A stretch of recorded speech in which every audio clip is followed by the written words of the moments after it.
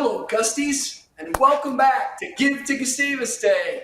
It has been an amazing day, and we are excited to begin the evening segment as we head around the final turn and head down the home stretch. And we have been so much to talk about, and you have all responded in such an amazing way. We're so grateful for everything that you have done today. I know as we kind of prepared for this little segment, talking with Angela and Tane, we're here all the time, and we're learning things and getting excited about where Gustavus is headed. So again, I hope you all have enjoyed it the same way we have, and just really grateful for the ways that you have all engaged. And now as we head to the evening segment, we've got even more fun things to talk about just on the live stream. And then after that, we've got even more fun with Tane and all of the groups that's going to take place in the happy hour this evening into the wee hours of the evening, which is where Tane excels, by the way, for those of you that don't know. So again, just what we're going to do is catch up here a little bit, kind of get you started down the path of this last couple hours of the live stream. And again, my name is Tim Kennedy. I'm a class of 1982. I'm the Vice President for Marketing and Communication. And thanks again for everything that you've done today. I think it's been really fun also to have talk about things like the strategic plan and talk with Tom Flunker. Tane, what a great interview with Tom Flunker, and about the way things are moving forward with diversity, equity, and inclusion. And then all the ways that we are now thinking about the COVID and how pandemic and how the colleges responded. So it's been really fun to talk about that. We also have some really fun things happening on the board, and we've made some nice movement. And I am now going to toss it to Tane to talk about. Hey, that was fun. Okay, so yes, strategic plans are super fun. I know everyone wants us to get back to talking about the strategic plan, but I have got some updates to give people about the big board, because we have challenges here, people. We have raised a lot of money today. We're at $343,000 total, but no, bring that back up. That was the right thing. We're going to go back to those challenges. I'm just making this really hard for our production team. These challenges unlock a whole bunch of extra money to support Gustavus, and we need to punch through some of these walls. Oh my gosh, we just did it! I said it, and then we just now cleared the 50-year club. It's like the word of God, Dave. Yes. I'm going to say right now, if there are 74 people out there right now who will click on the sustaining member thing, then we will unlock that one. There's several challenges that we're actually very, very close. First decade, right up here, we need fewer than 50 of you, I believe, to fill that in. Yeah, only about 30 some odd to get that first decade. So if you're a relatively new graduate, lifelong friends. Who doesn't have a lifelong friend? They're going to make a thing. Oh, and then this is the one that I'm actually kind of surprised that we haven't totally blown away yet, which is that we have a total of just 600 of these amazing Gus masks. If you give $60 or more, you get one of these awesome lion masks, which are really fun or terrifying, depending on how you feel about lions. But $60 or more, you have to make sure you click the box, and we will send you one of these fabulous things. I am very excited. This is where we start chucking big numbers up on the board. Angela, what else do we need to do in these next 2 hours? I don't know. We have a lot to do. We have a lot to cover. We've got a lot of challenges there that are still blue on that screen as opposed to gusty gold and fulfilled. But we are in good shape. You know, like you said, our first challenge of the day, that Golden Gusties, right? The 50-year club challenge flipped just a moment ago. And we've got a couple that are getting awfully close. One thing I want to mention about that sustaining donor challenge, I'm glad that you brought that up, Tane, because we've been getting some sustaining gifts today. And oftentimes when we think about sustaining gifts, we think about a monthly commitment. And that's true. You certainly could set up a monthly commitment with us. But we also have the capability to set up a quarterly or an annual commitment. So if you only want it to be once every quarter or once a year, but you still want to get into that sort of set it and forget it mode, we would be happy to set that up for you today. And then you can go ahead and help us unlock that sustainer challenge. So get on board. If you know you make a gift at least once a year, you could easily help us unlock that challenge today by committing to that sustainer challenge. A couple other things throughout the day today, as we said, we've been on social media. The Gus mask pictures have been all over the place, and we have been at random choosing some winners from our social media participants to take $250, not their money, and give it to a particular place on campus of their choosing. So I wanted to take a minute to announce those winners today and express our thanks to them for being active on social media. The first was Chris Carlson, class of 1993. And when we contacted him and asked him where he wanted to designate that gift, he said he wanted it sent to the political science department. So yay, he got to send $250 over to poli-sci. They could use that for a variety of things within their department. Number two was Catherine Medberry Olsen, class of 2002. Catherine, good to see you. Thanks for tuning in today. And she decided to dedicate her $250 over to the Center for Inclusive Excellence, formerly known as the Diversity Center. So a place where there are always additional funds needed, and they've got some great, exciting initiatives going on there right now. So that's fantastic. And then the third one, Anne Greenewalt, class of 1990, when we contacted her to see where she wanted her gift designated, Christ Chapel is what she said. Aww. So we've got a nice array of locations where that money is being sent. Really excited about giving some of our Gusties who are givers, right, who are generous to the college, an opportunity for them to give somebody else's money away, which is really fun. Let's see, what else do I need to update you on? Can I do a shameless plug before you go on to Gusty? So one thing, I don't know if this encourages people to donate or doesn't, but everyone who donates today gets an invitation to this after party, this after Zoom party that we're going to do tonight from 8 o'clock to 10 o'clock with me here, and I'm going to be joined by all these really fun other alums. Chloe Radcliffe, Logan Martin, Peter Breitmeyer is going to be here, and we're going to have a good time. So everybody who sends in any donation, you will get a link to this very special thing that starts later tonight. Be there or be square, right? And if you don't know some of these names, Peter Breitmeyer lives out in Hollywood, right? He's a big time actor, producer. He's been involved in that scene for a long time. Chloe Radcliffe is on the other side of the country. She's a writer for The Tonight Show. So we've got a lot of fun things happening in that after party. You're not going to want to miss it. So hunker down, grab a beverage, turn your Zoom on, and be prepared to be entertained for a couple of hours tonight. That's going to be a lot of fun. And thanks, Tane, for hanging in there. I know it's been an early morning for you. It's going to be a late night too, but hey, that's what you get paid the big bucks for, right? How do I get a Gustygram? Yes, thank you for bringing that up. I'm so glad you asked. So Gustygrams, if you're not familiar with the concept, the idea that you can send a note to someone here on campus, it could be a current student, it could be a member of the staff or faculty.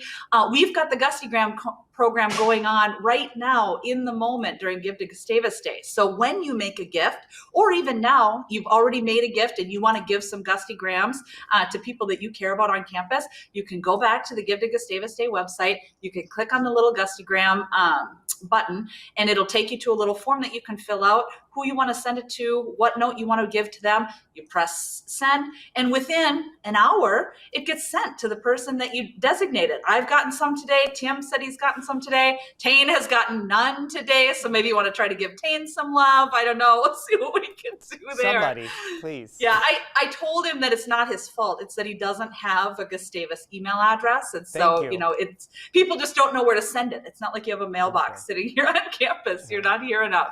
But obviously a lot of great things happening right now.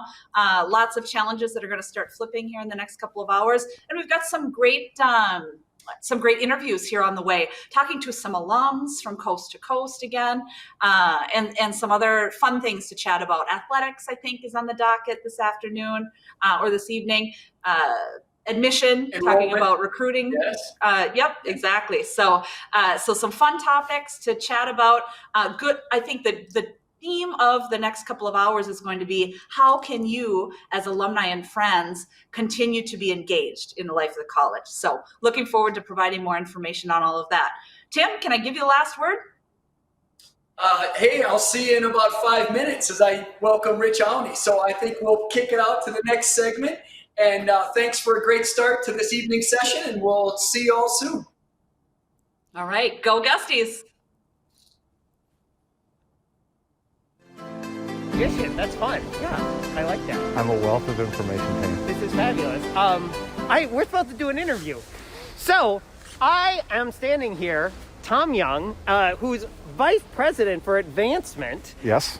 And so this is, I think, my third or fourth year doing Give to Gustavus Day. I love it every year. It's fabulous. I mean, it's sort of redundant to say this year is different and special. But I'm curious if you can say anything about like how 2020 is different, and particularly in like what the college needs and what the situation is for us all. Tane, every year is a good year to be a Gustie. This is an especially great year to be a Gustie. And it's not just because of COVID-19. The college is looking to its alums even more now than it has in the past to think about how they can partner with the college and all of us row in the same direction. Imagine how big that boat would be. But if all of us were rowing in the same direction, all 28,000 alums, what could we be? Who would we be? How would we ensure that Gustavus is around for another 158 years, stronger, better, and more equipped to educate 600 students a year that go out in the world and shape their businesses, shape their faith communities, shape the communities they live in to make the world the kind of place we want to live in.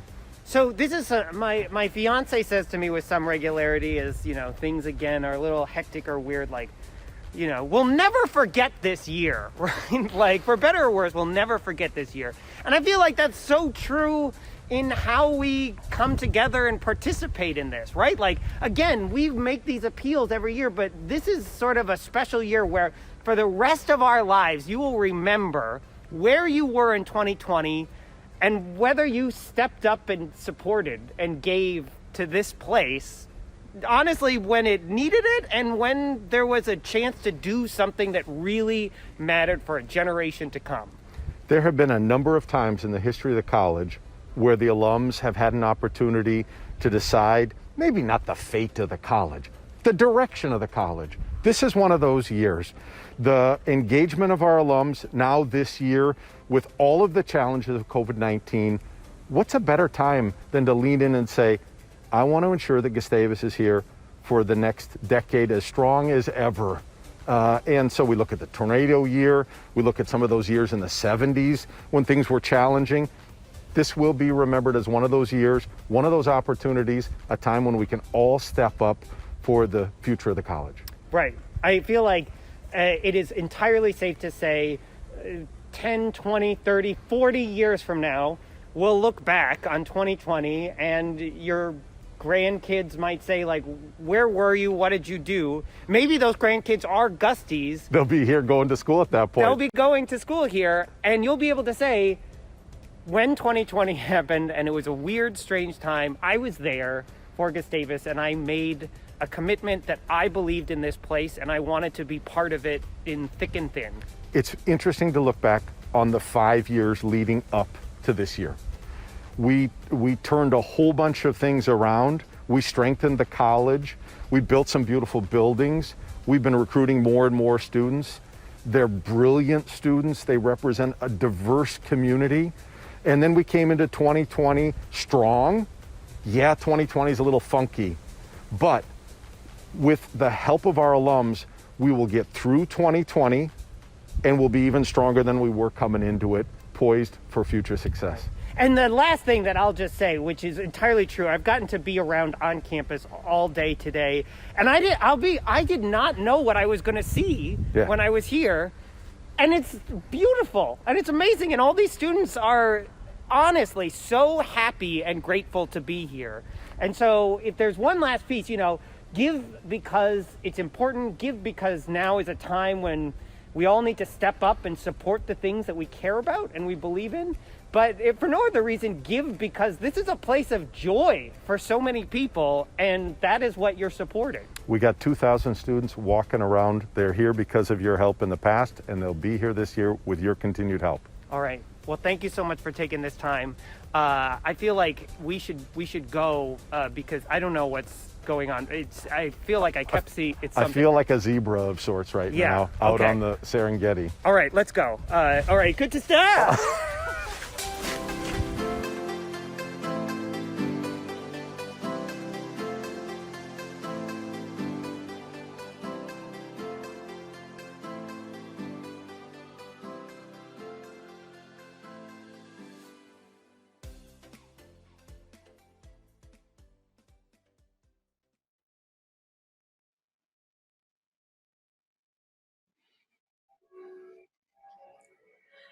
Welcome back, Gusties. It's Give to Gustavus Day. We just gave you some updates at the top of the hour that we are making fantastic progress toward our goals today. We are up over $350,000 raised already today toward the Gustavus Fund, which is absolutely fantastic. But without any further ado, I want to talk to one of my favorite Gusties, who I don't get to see nearly as much as I would like because he's located down in the Lone Star State of Texas. Tim Donoghue, welcome. Thanks for patching in today. Thanks. Great to be here. Great to support Give to Gustavus Day. Yeah, it's super fun. Can you tell everybody a little bit about you, where you are living, what year you graduated from Gustavus, maybe a little bit about your Gustavus experience? Sure. So I'm class of 91. My wife Katrina is class of 90. So I was an English and computer science major, went on to law school, and so now I'm practicing law down here for a company called Baker Hughes. And so we're down in the Houston area. Too, right? We're And you're Augusti a Gusty parents. parent too. Yes. So son Mitch is now in his senior year there at Gustavus, majoring in physics. So that's very exciting for us. And third son is still figuring out where he's going to go senior year. So we're still crossing our fingers. Fingers crossed. That's right. Fingers crossed. Well, we're here today because you're an engaged Gusty, and I want to talk about the several ways in which you've been engaged with the college over the years. One of the ways is being involved in mentoring. We have been talking a lot about mentoring here at Gustavus and all of the ways in which mentoring really helps our students navigate their college experience. It also happens to be a fulfilling experience for our alumni and our friends at the college that choose to engage in that way. Can you tell us a little bit about why you decided to become a mentor in the mentoring program? Absolutely.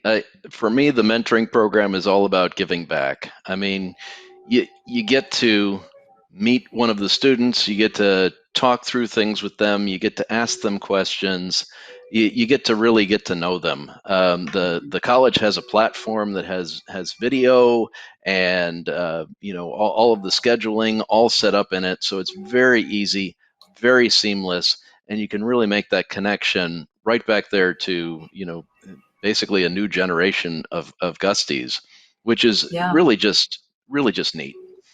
Yeah, it's pretty cool. And you're right. We've acquired a new software over the last couple of years called People Grove. Gusties Connect is what we call it. And they've been using that to manage the mentoring program, which is pretty cool. Like you say, you can conduct business kind of right within the platform, video chats, email communications, things like that, really are right at your fingertips, not just to connect with that one mentor, but to connect with a variety of alumni and friends from across the country to help maybe with your own professional needs. Can you give us one learning that you have had as a mentor? Again, we talk about all the time how valuable these programs are for the mentees, right? For the students who are participating, but they also tend to be good learning experiences for mentors. Have you learned anything in particular? Oh, I've learned a lot, primarily about mentoring and helping people. So you go into this mentoring thinking, oh my gosh, I need to teach somebody something, or I need to, they're going to expect something of me. I need to get this person a job, or I need to, and it's really not that way at all. And I've really learned a lot about the whole mentoring process and about how easy it is to help somebody, especially somebody who's starting out their career with just some of the most basic questions that, you and I probably just assume.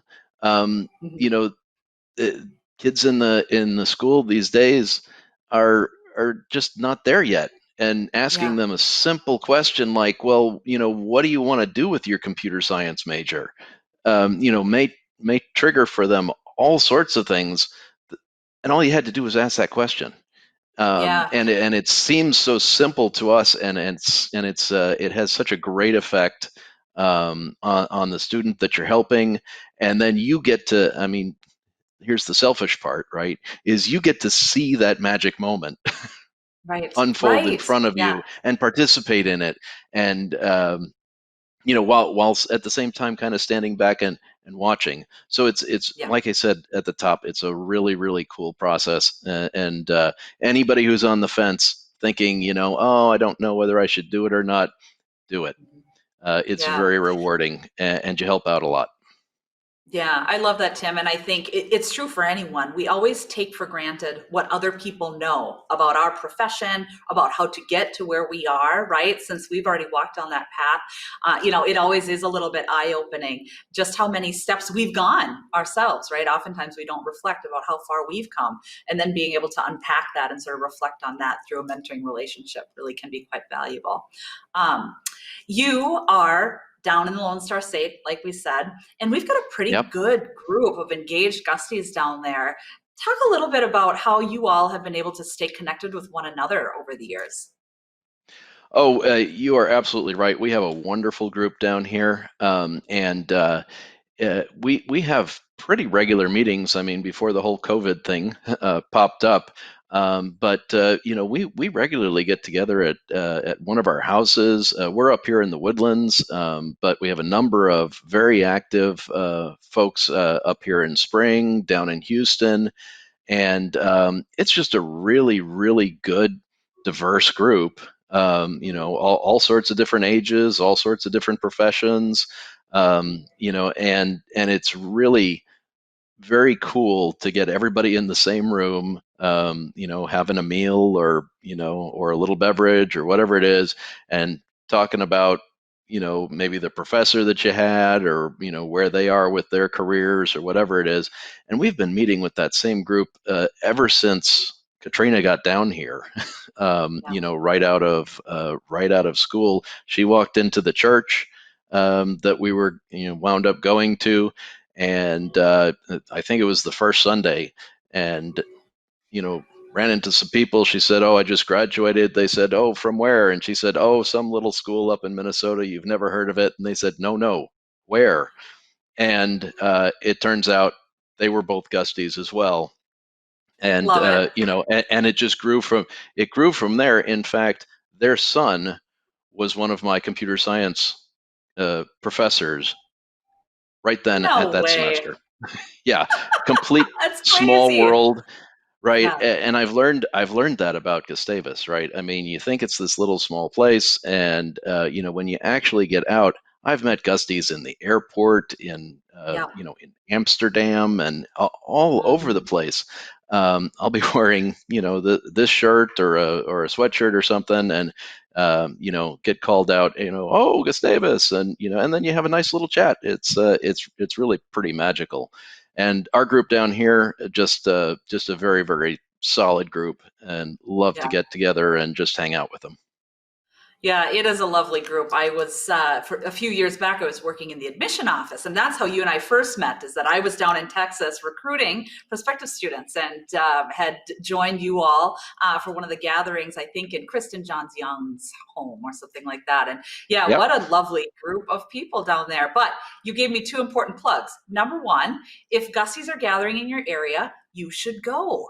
It's so much fun to meet new Gusties. Even if you can't gather, we're trying to put on more virtual events now. We've been putting those on obviously since COVID, but we're looking to sort of make that long term, make that more permanent, to make sure that we're able to get folks out of the woodwork that want to be engaged. So that's plug number one. Number two is plug about Gusty gear, right? Tim knows, and I know too. I've been in LAX airport. I've been all over the place wearing Gusty gear because I always do, especially when I travel.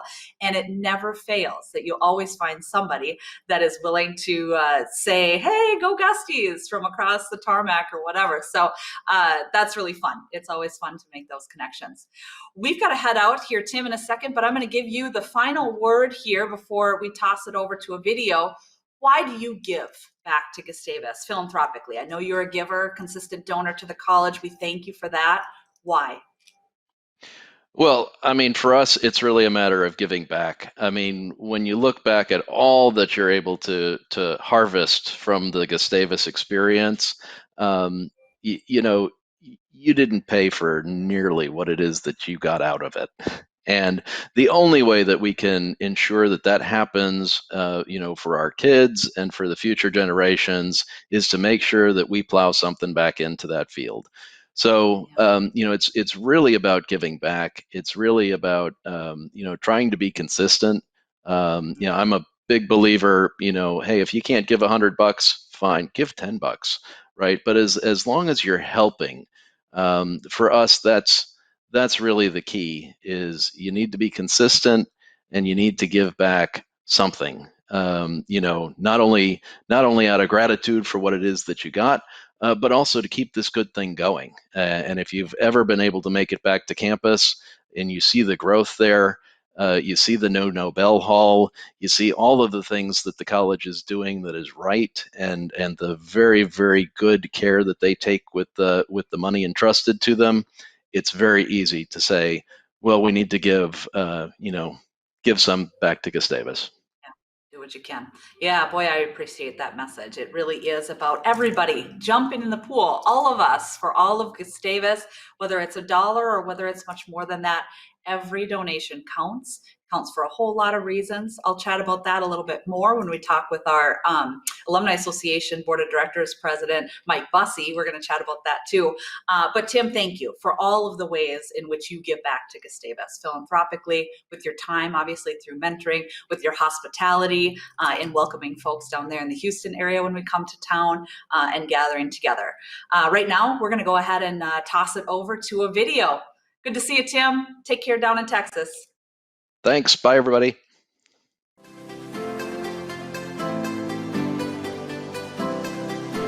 Fabulous. Okay. Hello.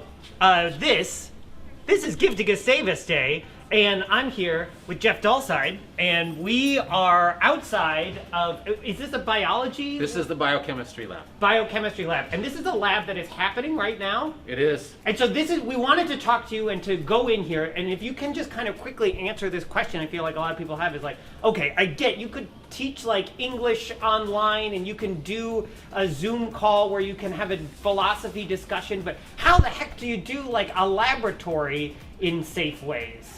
It's hard to do a laboratory online. So Yeah. Having students back on campus starting just recently, we're glad for that because we sort of shifted the schedule of things so that they could do some learning while we were online. Yeah. And then we've kind of turbo loaded the segment that we have them live to do the hands-on learning. Okay, that's So cool. let's- So should we let's go go take a see? look. All right, let's pop in. We're just interrupting a class because it's Give to Gustavus Day. Why not? Hello. Wow, this is a fun machine. I'm sorry, I have no idea what this does. No one else needs to think that this is as fun as I do, but I want this to embalm me? I don't know, what does it do? Hi, I'm Tane. I'm Emily. Nice to meet you, Emily. I'm sorry to interrupt your work. What is this? It's an active start machine. I understood that. And what is it? What do I do with it? It's a good question. I'm using it right now, but That's a good question. See, I ask great questions. I am fantastic. Okay, this is good. I'm gonna keep walking around and bothering other people and touching things. It's okay. I'm not actually gonna mess anything up. This is fun. Hello. People are writing things. Over here. Yeah, what are you all We're doing with over it. here? You have the best stickers on your computer. Okay, so what's happening? I'm just interrupting. What are you all doing? Right now we're just letting this run. We just created a method because we're doing a gradient to try and see where protein is coming out. Gross. I think. I don't know where the protein is coming out of what. Well, right now we have a sample that we were given, a protein mixture.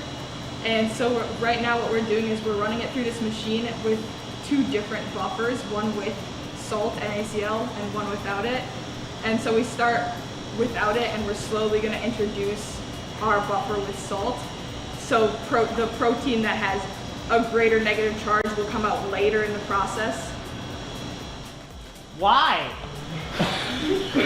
I mean, we're just learning, right now we're just doing a trial run to learn to use the AKTA, because next week we're here, so in 2 weeks, we're actually going to do it to try and find fumarase activity. Okay, those were all words. And I, as a communication studies major, completely understood all of it. So this is fantastic. We should say, so this is a thing for Give to Gustavus Day, and I think that all of this equipment looks very professional and fancy, and these are things that people who donated and who support Gustavus help pay for. That's right. Especially the white and burgundy instruments came with the new building, and so we've had them for a little while and have been learning how to use them. But now we've got them fully integrated into the curriculum, and so the biochemistry students come in and learn on these state-of-the-art instruments. Wow. And that their hands-on opportunity just started, and like Alyssa said, they'll be practicing this week, and then 2 weeks set, they'll do the real thing, purifying proteins. That's good. I only take purified proteins. They're the best proteins. So thank you all so much for letting me interrupt your lab. Let's all say enthusiastically together at the end, give to Gustavus. So ready? 1, 2, 3. Give to Gustavus. That was fun. Okay, good. All right. Yay. That's fantastic, I think. Good job. All right. All right. Thank you all so much for letting me interrupt. This is great. This is fun. This is fancy looking. Okay, I should leave you all alone to like do science. Okay, we're going out now. Good, guys.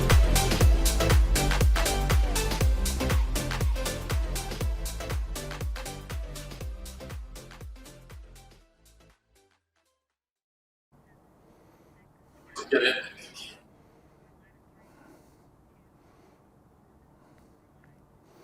Hello, Gusties. Welcome back to Give to Gustavus Day. My name is Tim Kennedy, proud member of the class of 1982. We're about to speak to a proud member of the class of 1981, Rich Aune, who is the AVP for Enrollment Management and Dean of Admission at Gustavus. It was interesting, Rich, that we just heard on that video from about the new Nobel building and Jeff Dalside, an alum who works in biology, and you are sitting in a lab in Nobel, one that is close to your heart. Why don't you talk to us about that? Welcome, Rich. Good to see you. Yeah, great to be here, TK. Thank you, and hello, everybody. Thank you for tuning in, and we are thrilled to have you participate and Give to Gustavus Day.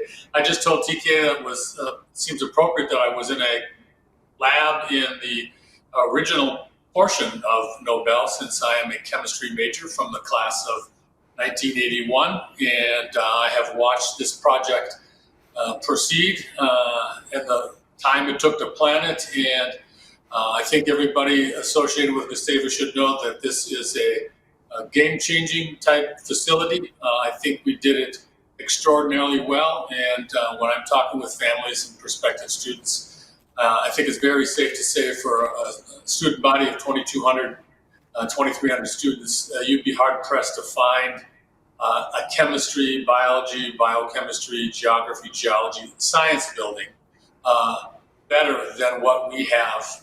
And the beauty of the time with fine arts is, I think, very symbolic and very true to the mission of Gustavus. You can be a dancer and be a biochemistry at the same time. And as I told you earlier this afternoon, every time I come over here, I discover something new. And we are very, very happy to show this building to students and parents, and we'll be able to do so for a long, long time.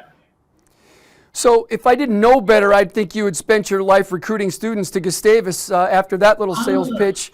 So thanks for that. Speaking of prospective students, it'd be an understatement to say this is an interesting time to be in enrollment management and recruiting students with this atmosphere of the pandemic. Can you talk a little bit about how you have had to adjust the college's approach to recruiting students during this time? Yeah, it's certainly, we've been at it for many, many months now. Certainly last spring provided some challenges, essentially not being able to have visitors and like many people pivoting. Learning new technology or utilizing technology that we already had. I think the big concern for us was when we started to think about recruiting the fall class of 2021. And we began planning very early, and in typical Gustavus fashion, many members of the Gustavus community worked with our office to come up with a very safe way to begin to bring people back, which we did essentially the first week in June. We were not allowed to have any open house events essentially since last March, and that continued through the summer. So we needed to be very aggressive in trying to get as many individual families as we could. And as it turns out, we had a record number of individual visitors this summer, 512. We had 7 awesome current Gustavus students as tour guides who provided a very safe tour. It was safe for our staff because we sequestered larger spaces to do interviews and cleaned and did all the appropriate things from the Minnesota Department of Health's perspective. And that actually has continued through this fall. We're on pace to have a record number of visitors because, again, we have not been able to have open houses. Then another challenge, I think that every parent who's out there who's dealing with students who are, as adults, are Zooming or Google Meet, etc. There's a fatigue out there, and we need to think about creative ways in which we can engage with students, although we have used those methods. But we're going to continue to think of ways to try to make it more individualized, connect them with faculty, coaches, conductors, people throughout the community. And I have a great group of people that I work with who are thinking about these things all the time. But it has, for somebody who's not as technologically savvy as his beautiful partner, this has been a challenge for the Dean of Admissions to deal with all this stuff. You know, Rich, it's interesting you talk about your team. You and your team have done an amazing job of bringing in 4 consecutive classes that are really academically strong and really good number. Can you just talk about the strategy and the philosophy behind bringing those classes together and the types of things that you and Kirk Carlson have done to keep Gustavus healthy in regards to bringing in really talented classes? Yeah. Well, I think, and you certainly heard me say this many times before, the enrollment office is the point of the recruitment of a class to Gustavus. Everybody on this campus is involved in doing that because when they visit, they get to sense who and what we are and the type of people and students who are here. But we have done some things, some strategy in terms of expanding our reach and going to places that we maybe typically haven't gone. We have worked very hard to increase the number of students who we characterize as inquiries. In other words, we've contacted them and they've raised their hand. I would be remiss in not mentioning the phenomenal work that Tom Young and his staff have done, including the Give to Gustavus Day, and our the donors who have provided us the means to continue to increase the percentage of need that we meet for students. Some very nice merit scholarship opportunities. In fact, this fall's class had the largest number of national merit scholars we've had in almost 5 years. So it's been a combination of things. We have Beck Hall, Nobel Hall. I think people who haven't been here for a while may not recognize the infrastructure changes that have occurred, and it's just a beautiful place to walk around and be a part of every day. Well, I will tell you what, Rich, you and your team have done such an amazing job, and we're really proud of the work that everyone has done. I think it's a good time as we close up the segment to just remind people that you can refer a Gustie, and you should have received information in the mail, and we're getting to that November deadline. So if you know a young person that could do really well at Gustavus, we would encourage you to nominate them for the Refer a Gustie $1,000 scholarship per year for 4 years. So Rich, thanks so much for all that you're doing. Thanks for sharing some time with us today, and we'll move on and watch this next video. Thank you, Gusties, for tuning in and watching Give to Gustavus Day. Thank you. Take care, everybody.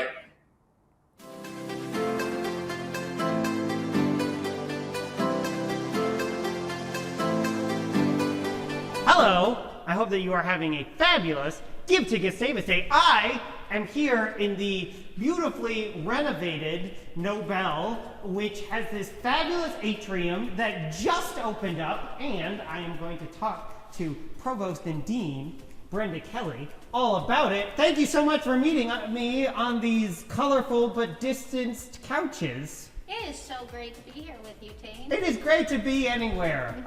So, tell me about this space. This is the Nobel Atrium. It was part of our Nobel renovation and expansion project that we just completed after 2 years, over 2 years of work.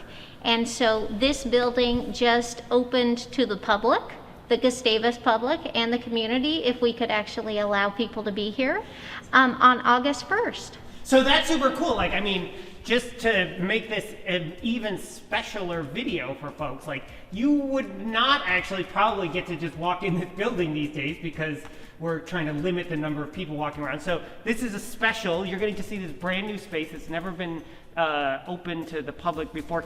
So tell us a little bit about, for folks maybe who hadn't been paying attention to this renovation of Nobel, maybe haven't been on campus in a number of years. Yeah, absolutely. We did this project in 2 phases. Phase 1 was the expansion project. So we actually added space to the south end of the building, and we have a beautiful new experimental laboratory theater associated with the project, along with lots of new science labs and a great lobby area that connects the sciences with the arts to celebrate STEAM, science, technology, engineering, arts, and mathematics. So that was phase 1. That was done over the course of about a 16-month period. And then we closed the original Nobel Hall. So in 1920, during academic year 1920, the original Nobel Hall was completely closed, and we did top to bottom, ceiling to floor renovation of that space, and added this space that we're currently in, which is a new north entryway into the building. That is super cool. Did you say academic year 1920? Yes. Like 100 years ago? No, 2019, 2020. Okay. Yes. Okay, got it. 1920. 1920. I get it now. Yes. Okay, and so you mentioned this cool thing, which is that the Anderson Theater and the arts are now connected to Nobel. And then as we're sitting here, the chapel is right up behind us, so there's like this other connection. So it seems like you all, in building this thing, did this very good liberal arts thing of like arts, science, faith, all connected by architecture. Absolutely. That was one of the intentional points when we created this new north atrium, was to have this really intentional connection with the chapel because of the importance of science and faith at Gustavus, but also to a liberal arts education. That's so cool. And so the last piece I have to call out, because this is Give to Gustavus Day and we are asking people to support the college. This whole project is a manifestation of people supporting the school. This didn't happen out of nowhere. This was because of donors like the people watching right now. Absolutely. We had such a strong contingent of donors that contributed to this project. $50 million worth of donations from people like you. So thank you so much. That helped not only build the building and all of the construction associated with that, but also helping to enhance our technology in the building, our scientific equipment, to really bring a fantastic experience to our students. So this is just a fabulous example of, if you are going to give to Gustavus, you can have faith that they are going to put it to work in really good ways, and they're going to do wonderful, fantastic things for students and faculty and for generations to come, like this very building. So if you think this is cool and you think that supporting arts, science, or faith are good, you should be donating now. So please give to Gustavus. Thank you if you have given to Gustavus. And then please give again. All right, thank you so much, Brenda Kelly. Thank you so much, Tane. Great to see you again. Yeah. Okay, you all are fine. You can go in, do whatever you need to do. You're fine. That's good. Was that good? Did that do what you needed? That was great.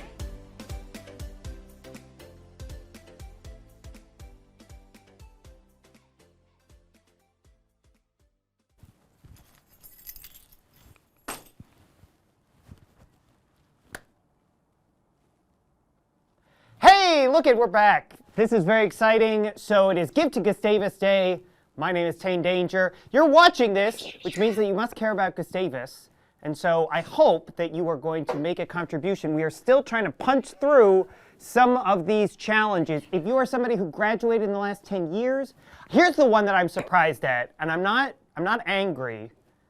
I'm just disappointed, parents, because we need you to step up and support right now. But while you are doing that, stay paying attention, because I have two very amazing current Gusties with me who are going to tell us all about a very cool program here at Gustavus. So I am very excited to have Kendra and Aviva joining me. Thank you both so much for being here virtually. It's very cool. Can I ask you to just maybe each introduce yourselves, your year, your major, and then about these big bright green shirts that you're wearing. Aviva, will you go first? Aviva? No? I don't know if she can hear me. Maybe not. Kendra, can you hear me? No. You just, that's fine. It's great. Nobody can hear me. Try now. Can you hear me now? Yes, oh, yes. Thank God. All right. I don't know. Did anybody hear any? Assume what I just said a moment ago was brilliant and highly inspiring to donate significant amounts of money. Now then, Aviva, would you mind introducing yourself, your major, and telling us, well, I'm going to ask both you and Kendra to talk about these bright green shirts you have, but your name, your major, tell us about yourself. Absolutely. Thank you so much. I'm really excited to be here today with all of you. My name is Aviva Meyerhoff. I am a junior here at Gustavus, and I'm a double major in environmental studies and geography.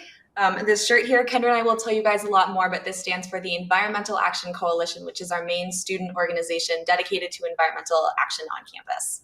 Awesome. Thank you. Kendra? Yes, so coincidentally, Aviva and I happen to have the same major. We're both junior environmental studies and geography double majors. We are co-presidents of EAC, hence representing the green shirts, and we are also both sustainability interns working for the Johnson Center as our student employment job at Gustavus. Okay, so you are the co-president, so you are the perfect people to tell us all about EAC. Kendra, do you mind kicking us off?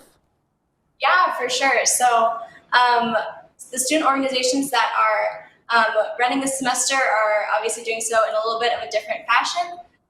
For EAC, that means that we are holding virtual meetings via Zoom. So far, we've been having about 20 to 30 students for those meetings, which has been a lot of fun to see new faces, a lot of participation with first and second year students, which has just been just a blessing to see. We are doing a lot of kind of internal work, educating ourselves about just kind of how to be better, learning about environmental racism and intersectionality in environmentalism, and so that has been really excellent to kind of hold ourselves to a standard of excellence and keep growing and keep learning. In terms of events that we've been hosting, we've, I think, had 4 events that we've already done this semester, and those have been held out in the Arb mostly. So trying to get students outside as much as possible, doing invasive species polls, planting tulips, different things like that. So trying to have a balance between internal work done virtually and in-person activities done outside. That's so cool. So Aviva, tell me just like a little bit more about what is it that's drawing folks to this work, this organization? What is it that your mission, you're getting done on campus that is inspiring to bring all these students together?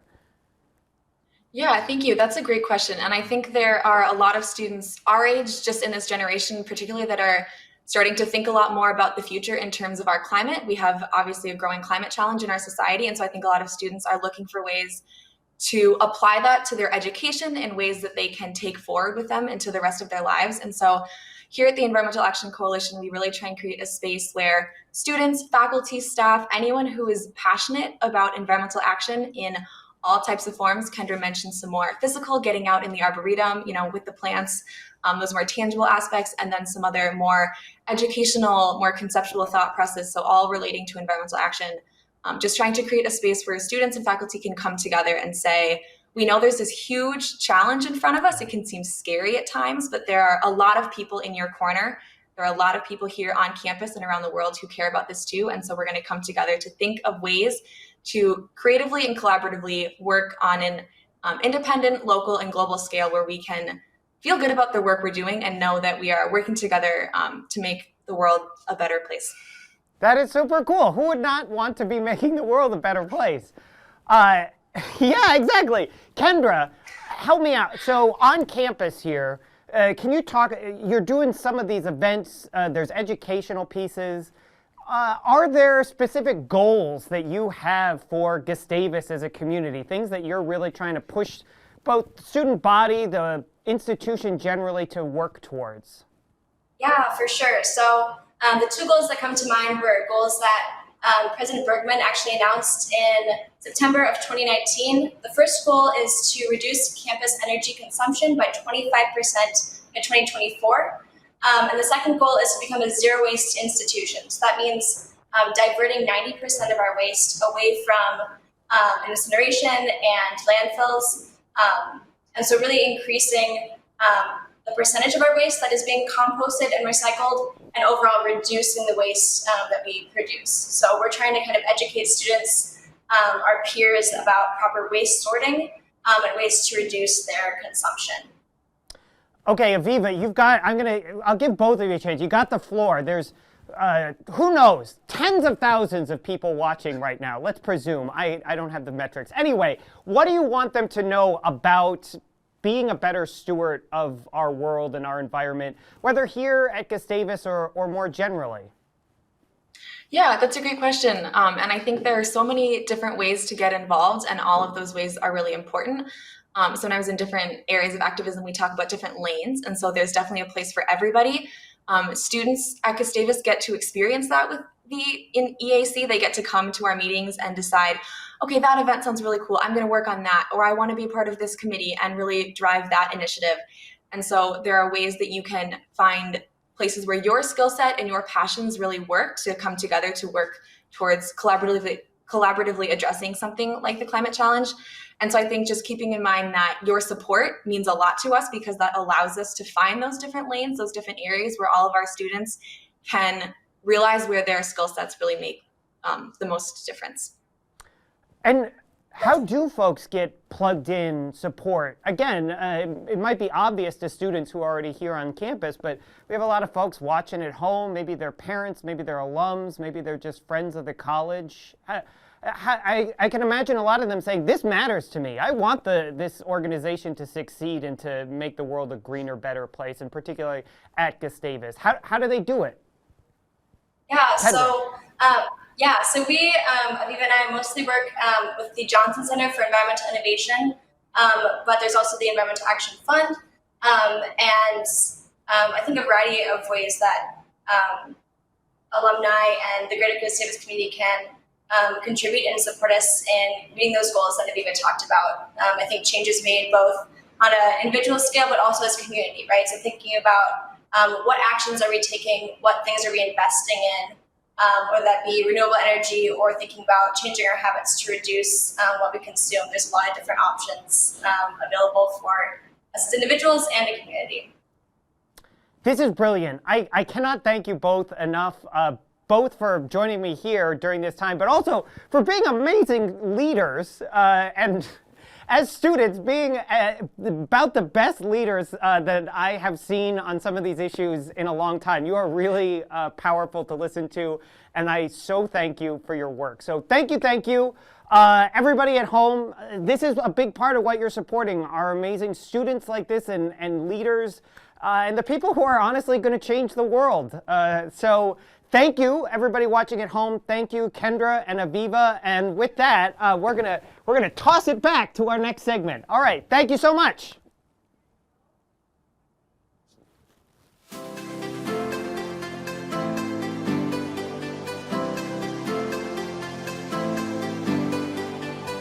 So, team, the really exciting part of the expansion, the renovation and expansion, will take place on the west and north side of the building.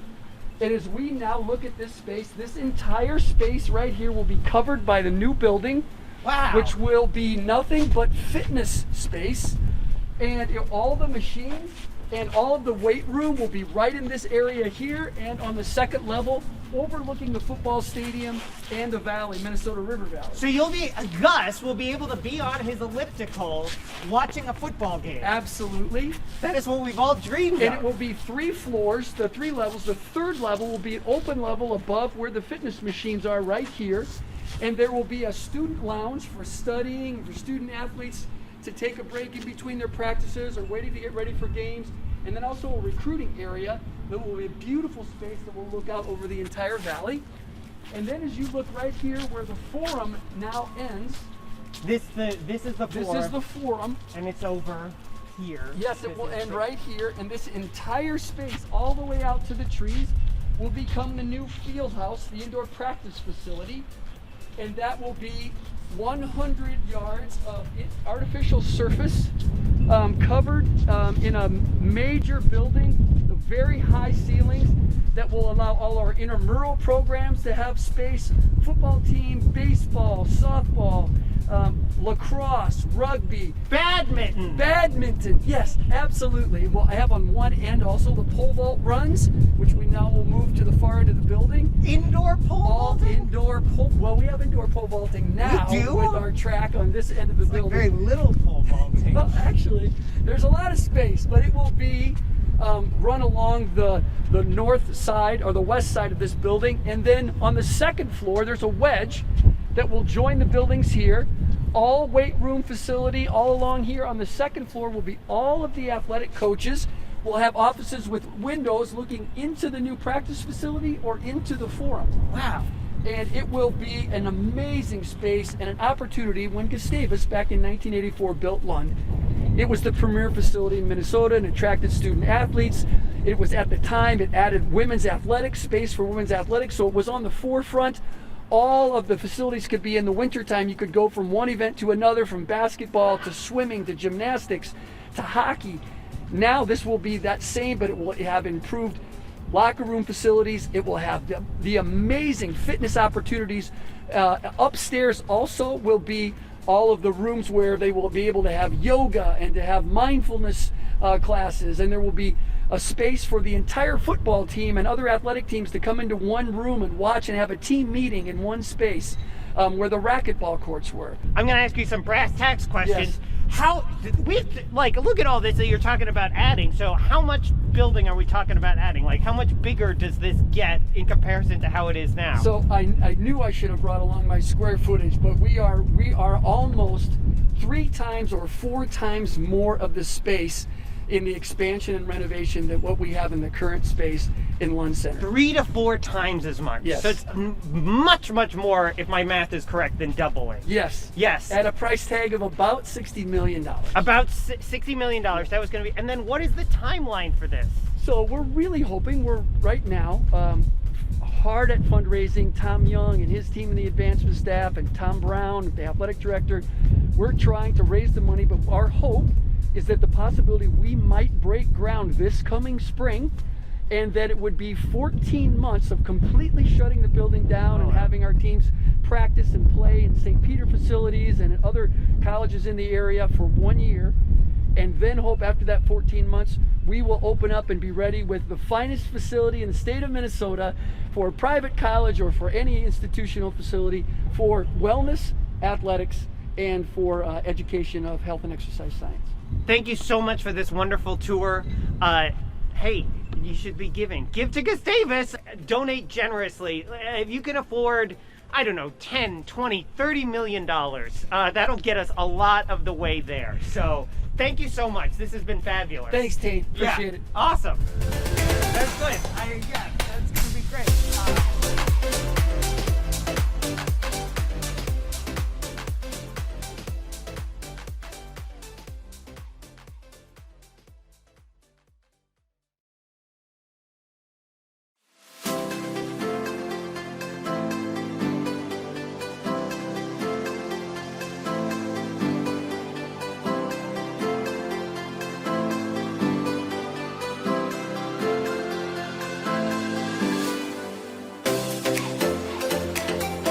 Hi.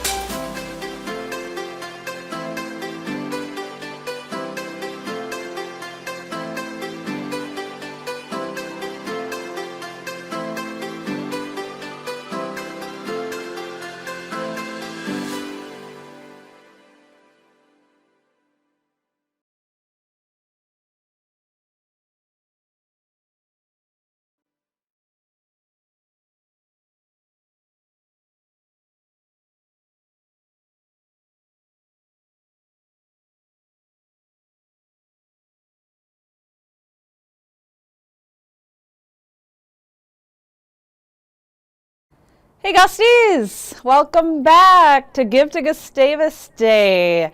Wow, we are trucking right along. It is 6 o'clock and we've got some great updates for you here. Before I update you on what's going on the leaderboard though, I do want to update you on what's going on behind me. I don't know if you've noticed today, but we've got this virtual studio set up. And the coolest thing about it, the whole setup, is that behind me in this virtual window is actual live footage from campus. So we have got Christ Chapel, Old Main, the Valley in the background. This video is set atop Olin Hall, but I just wanted to show you how beautiful the sunset is right now here on campus. Anyway, let's go over to leaderboard. Look at that. We are nearing $360,000 raised already today. We've completed the 50-state challenge. We've completed the 50-year club. Can you zoom in on those challenges for me? Okay, so it looks like we're making some really good progress on the first decade. On the new or long-lost donors, this is kind of an interesting one, right? So folks who maybe haven't given for a while and want to pop back in, that's fantastic. Parents is making good progress, lifelong friendships as well. And think about it, all of us have fantastic lifelong friendships made from Gustavus. So if you give a gift, please make sure you check that box so that we can make sure that money dumps into the pot at the end of the night. Okay, anything else? Ooh, that year-by-year leaderboard is a biggie. It looks like folks are battling there, class of 1990, and then a two-way tie, 2004, 2001. Hey-oh, 2001, way to represent, I love it. Keep it up. So that'll be good. I've seen a lot of great competition on social media, class by class. Get out there, give your gift, any amount matters today. Let's see if we can raise those numbers up a little bit. Okay, that's enough updates for now. What I want to do is transition to a conversation with the president of the Alumni Association Board of Directors. Please welcome Mike Bussey. Mike, All right. can you hear me? I can hear you perfectly. Great to hear you and see you and think that I'm almost on campus. Yeah, this is wonderful. It is as close as we're going to get here in COVID because we're not bringing too many visitors on campus. But hey, this is a close approximation for Give to Gustavus Day. Mike, can you tell us just for a second a little bit about you, your grad year, where you're living now, maybe your background and your experience at Gustavus? What were the highlights? Yeah, with pleasure. Thanks. It's so great to be with you and be a part of the this Give to Gustavus Day. So I live in the Twin Cities from Minnetonka High School, and I'm a 1969 graduate. And it was great to go to Gustavus for 4 years. I'm grateful for all that it meant. I went on into a career with the YMCA that was fabulous. It took me overseas for 12 years, and I was directing the YMCA in Jerusalem.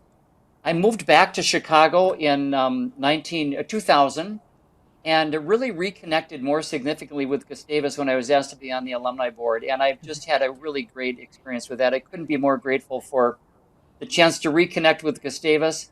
I am actually a 3-generation Gustavus family. My wife, Marcia, went to Gustavus, president of the TMs. Her parents are Gusty graduates. And then 2 of my 3 kids are from Gustavus. So we are grateful for all that Gustavus has meant to our family. I work in some consulting now and primarily with some projects in the Middle East. Perfect. Thank you. Well, thanks so much for being here. And thank you so much for your leadership on the Alumni Board. It's a really critical time with the Alumni Board.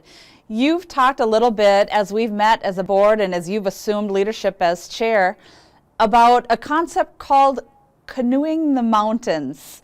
Can you talk a little bit about what that concept means and why you think it's so relevant to the way we are approaching the work of engaging alumni and parents and friends with the college? It's an interesting concept and so much fun to think about it with you and as we have in the past. All of us are in a new environment, and one of the resources that I connected to as we are kind of working through COVID and all the issues in life and that we're going through now was a concept or a book called Canoeing the Mountains. And it really is the story of Lewis and Clark and their journey across the nation to find a water route to the Pacific Ocean. And they did great as long as they were on the Missouri River. They knew everything about canoeing. And when they thought that they had reached the water route to the Pacific, they realized what they had actually reached were the Rocky Mountains. And all that they knew, all that they were comfortable with in terms of leadership and working through life and through journeys was completely transitioned. And literally they had to learn how to canoe the mountains. And everything that they had done before was no longer really relevant, and they had to really reinvent and be adaptive leaders. In thinking through that with you and with our alumni board, we've said this year that, Gustavus has done an amazing job of canoeing the mountains. We are so proud of President Bergman and her team and your team at Alumni and Parent Engagement to figure out a way forward in the most complex, in many ways contentious environment that we've been through in a long, long time. So our theme this year for the Alumni Board is to say, we are in a new environment. There are 28,000 of us, Gusties, in and around the nation and the world. And this is a great time for us to be a part of the support system of Gustavus as our college works through the mountains and tries to really make great experiences possible for Gustavus students in an entirely new environment. Yeah, I love that. It really has rung true with me. Going back to that idea of how Gusties can engage with the college, especially during this critical time, if you have 2 or 3 maybe concrete suggestions, what would you say are the best ways for alumni near and far? Doesn't matter if they're close to campus or far flung across the country, doesn't matter. How can they best engage with the college right now at this critical time? Yeah, such a great question. Our alumni board had a conversation with President Bergman last month at our fall meeting. And she pointed out, she said, you know, there are 28,000 of us around the country, many of us in the Twin Cities. And she said, you know, when you think about it, it's hard to overstate the potential of the support that our alumni base can provide for our college. If 28,000 people can do something, Gustavus would be amazing. And it already is amazing. But it's a good question to think through. What can we do as individuals, as people that love and care about the college to make a difference? And some of the things are so simple, like Give to Gustavus Day. Our contributions count. The numbers of us that contribute count as they release different things. But to support the college on events like this, I've often thought that one of the best advocates for Gustavus are alumni as they connect to potential students. And the Gustavus Alumni Referral Program is so easy, so effective, so powerful. And all we need to do as alumni is kind of look around us, family, friends, high school friends, whatever, of our kids, and kids that we know, young people that we know would be great Gusties, refer them to Gustavus. And as they go through the process of being in contact with Gustavus, if they eventually enroll, they receive a $4,000 scholarship at $1,000 per year. But I thought, what an easy way for me and for Gusty alumni to support bringing really terrific young people to Gustavus. And then the other thing that I was thinking of, Angela, we've talked a bit about this, is that in our 28,000 people, there are a lot of people, all of us have made our lives count. And whether it's through professional careers or through philanthropic endeavors or through service or whatever, Gusties have done amazing things. And it would be so good for us to be an encouragement and a facilitator and to help young Gusties coming out of Gustavus grads, to connect into careers and into life so that they can also feel the support and the encouragement from the Alumni Association as they launch into lives and, in a sense, begin the journey to make their life count. So there are all sorts of professional networks that you and your staff have set up. There's ways to be mentors, and any way that we can, as an Alumni Association, individually and corporately, be an encourager and a facilitator for young graduates coming out of school is a great contribution in that regard. Yeah, I love that. Those are easy steps. Anybody can do it. Doesn't matter where you live. It doesn't matter what you do for a living. Doesn't matter how much money you have. Giving a little bit of your time, your talent, your treasure back to Gustavus really helps us all to move forward together boldly. Thank you, Mike.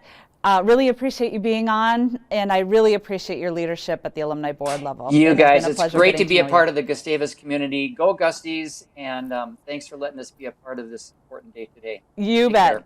Go Gusties. Keep on giving to Gustavus. Going to toss it over for a video.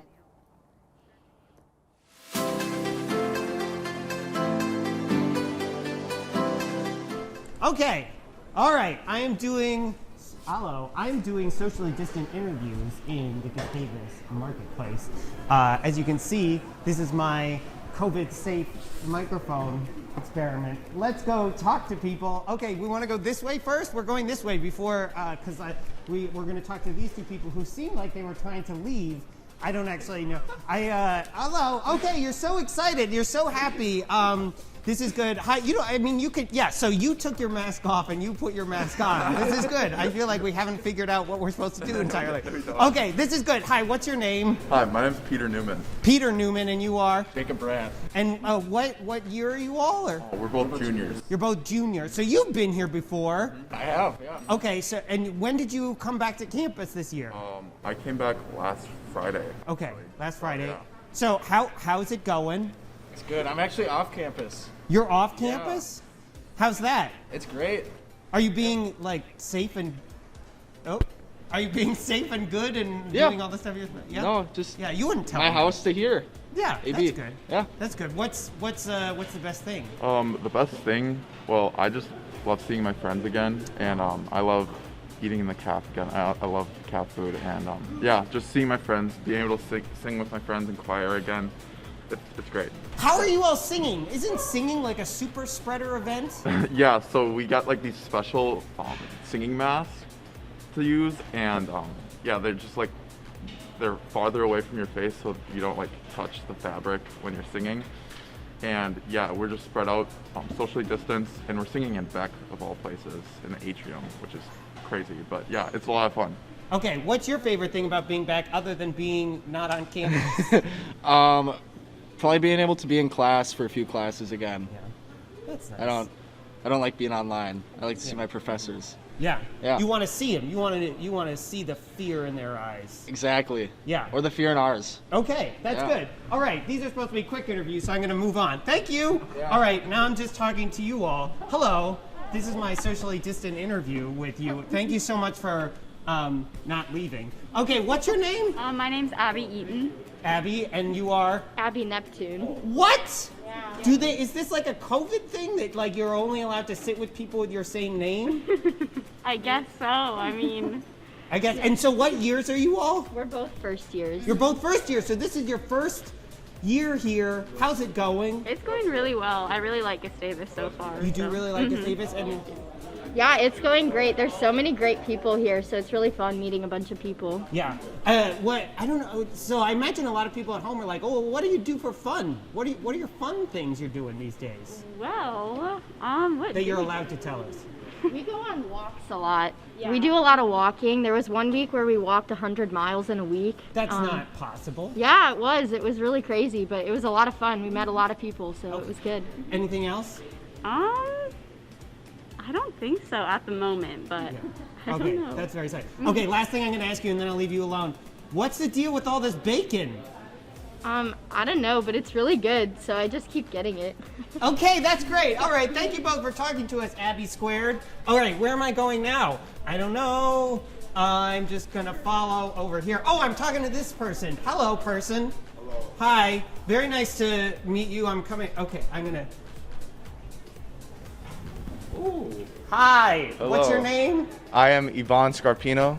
Very nice to meet you. And what year are you? Or I am a first year. You're a first year too? Yes. How's it going? Pretty good. Pretty good, yeah. So you've been back for a while. I don't know. How's the adjustment to like college life, being here on campus and all that good stuff? I mean, I feel I've adjusted pretty well. It's definitely early days. A lot of on your own time, but it's all right though. I feel a lot of us adjusted well. Yeah. So you're making connections? Are you meeting people? Are you making friends? I imagine that's like maybe a little challenging right now, but I mean, be honest, like tell us how it's going. It is a little challenging.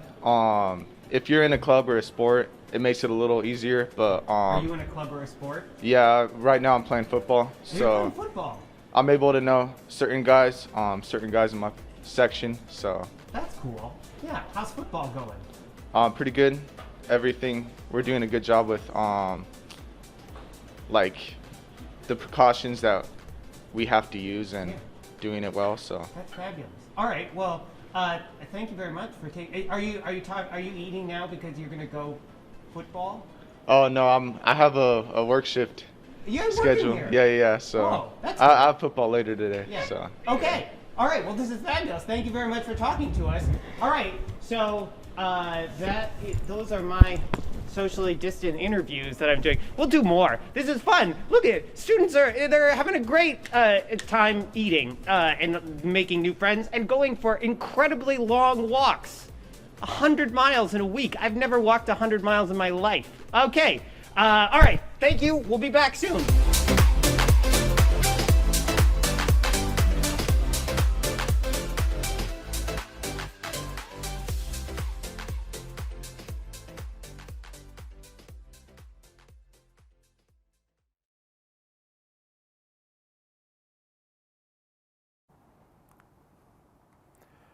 Hey Gusties, welcome back to campus. Welcome back to Give to Gustavus Day 2020. We've had a terrific day together. The sun is setting and now we make our sprint for the end of all of our goals. We take a look at the leaderboard. You can see we're up to $360,000 and look forward to punching through to make our way to $400,000 as soon as we possibly can.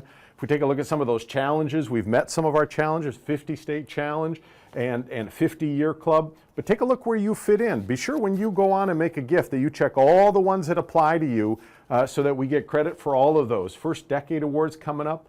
Lots of close ones. We're going to close those out in the time we have together. But now, for the next couple of minutes, we get to talk about music at Gustavus, and we get to talk about Christmas in Christ Chapel. And I want to welcome in Brandon Dean, who is the John and Anita Thompson Young Distinguished Endowed Chair in Music and the Director of the Gustavus Choir, and Chad Winterfeldt, who's the Cantor of Christ Chapel and Assistant Professor of Organ and Handbells. Gentlemen, welcome to Give to Gustavus Day. Tom, good to see you, Tom. Glad to be here. So I think there might be a general awareness during this COVID-19 challenge of some of the extra challenges faced by the music department and choir and music program in general. But maybe you want to give us a little bit of an update. Brandon, do you want to go first about what are the particular challenges that we've been facing as we've been thinking about our music program this year? Sure, absolutely. As you can imagine, everything has been a challenge with regards to how we make music. We knew over the course of the summer that we were going to be faced with some added hurdles, but I'm really excited about the progress the students have made despite these everyday occurrences of having to mask and be socially distant and even evaluating, how and when and for how long we can make music together safely. Our faculty, administrators, staff have all been outstanding to work with to come up with creative solutions. So we've been enjoying the semester so far and making great music together. That's fantastic. Chad, what are the organ teaching, handbells? How has that been going? It's been going well, especially once we were all back on campus. Like all of the music ensembles, we are making adjustments. For example, with handbells, of course, we're remaining 6 feet apart from each other all the time. But we took it as an opportunity to also do some creative things. So we're doing things that involve just 2 bells. So 1 person, 2 hands, 2 bells. And when you are able to see the Christmas in Christ Chapel video, for example, you'll see that we took ourselves away from the tables where we normally stand and just put ourselves in a greater space. And I would say that's the key for all of our ensembles, that there have been these adjustments that have really been creative and marvelous. And I know the students have enjoyed that opportunity to be back together again. That's the key. It's one of the glorious high points of my day, walking back to my car to hear music coming out of the chapel. It's just fantastic. Spoiler alert, there will be, the end of this story is there will be a Christmas in Christ Chapel. But let's back up a little bit. When we do Christmas in Christ Chapel, when does the planning normally start for that? How do you guys think about themes? Talk about your roles this year. Maybe we'll go Chad and then Brandon on this one. Okay, and I'll give a little teaser and then I'll turn it over to Brandon, because we do start a full year or even 2 years in advance. We have a timeline where we know some of the thematic ideas for the next 4 years. And the real work does start within a year before we would do the performance. And of course, this year that was just as our COVID situation was emerging, and so we had to continue making different plans. Brandon, being the one who had his ear to the ground in terms of how adjustments were being made in the choral community, took up a new ball and really ran with it. And I'm going to turn it over to Brandon. He can talk about that transition. Yeah, we knew we wanted to be impactful in December, like we always are. We wanted to find a way to make sure that we still had something that was timely and relevant in terms of a message and our music. And so we we have this great collaboration, have had historically now for many years with Heroic Productions, and so we were just thinking about ways that we can make this happen, and so we really leaned on that relationship, and we decided to set forth a very aggressive plan to start our year with Christmas in Christ Chapel and wrap up recording on campus just around fall break time. So actually this past week was the recording week, and we were able to do that safely and in conjunction with our good friends at Heroic. And it was a great success in terms of the music making and all of the aspects that make CNCC happen. And now we get to, the musicians get to kind of take a break, and our team that produces all the lighting and sound every year gets to take over, and they're going to produce, put everything together, edit it, and have it for an online broadcast on Saturday, December 19th at 7:30 p.m. We did switch gears, and I'll just let you know that our theme was we were searching for something that was going to be really relevant, and so we landed on a theme that's related to healing. In terms of Christ coming as a healer in our world, and also diversity, equity, and inclusion being at the forefront of our thoughts as well. So Savior of the Nations Come is our title. All of our scripture and music reflects a sense of Christ coming into the world as a healer, and I think it'll really leave a mark December 19th. There you have it, folks. December 19th, 7:30. It's going to be a spectacular Christmas in Christ Chapel. I think I've said to both of you, I think this could be one of the most important Christmases in Christ Chapel, if that's where the plural goes, in a long, long time. And we look forward to being together separately, but in community on December 19th at 7:30 to experience that together. Thanks so much for the work you do. Thanks for being a part of Give to Gustavus 2020, and just really appreciate all the work you do with our students. Thanks, guys. Thank you, Tom. Thanks, Tom.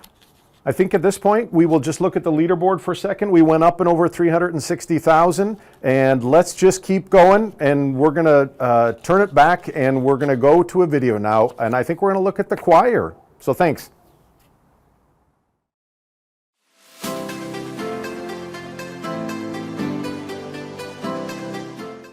Hi everyone, I'm Jocelyn. I'm president of the Gustavus Choir. On behalf of the choir, I just want to thank you so much for all of your wonderful gifts to Gustavus. Some of those gifts include our special singing mask that we're using this year. It allows us to sing safely and together. We are currently in Beck Hall rehearsing for Christmas in Christ Chapel, and we want to share a little bit of that music with you right now.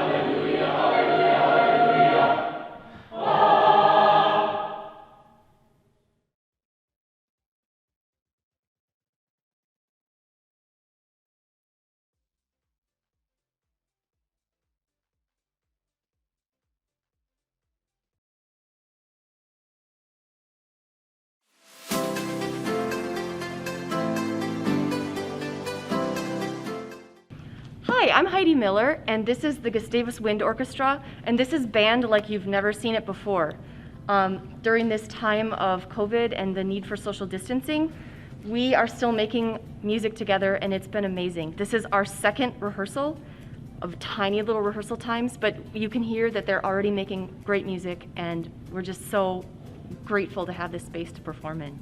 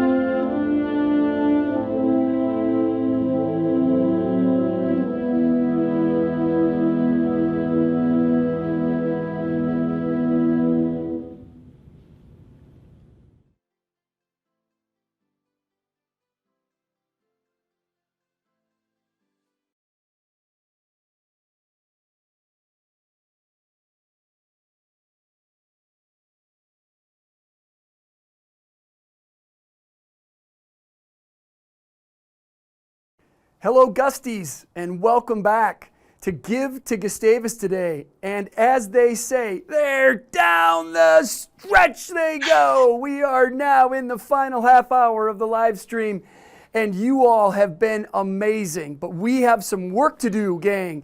I will tell you this, as we look over here right now, we have $364, almost at $365,000 on our way to $500,000.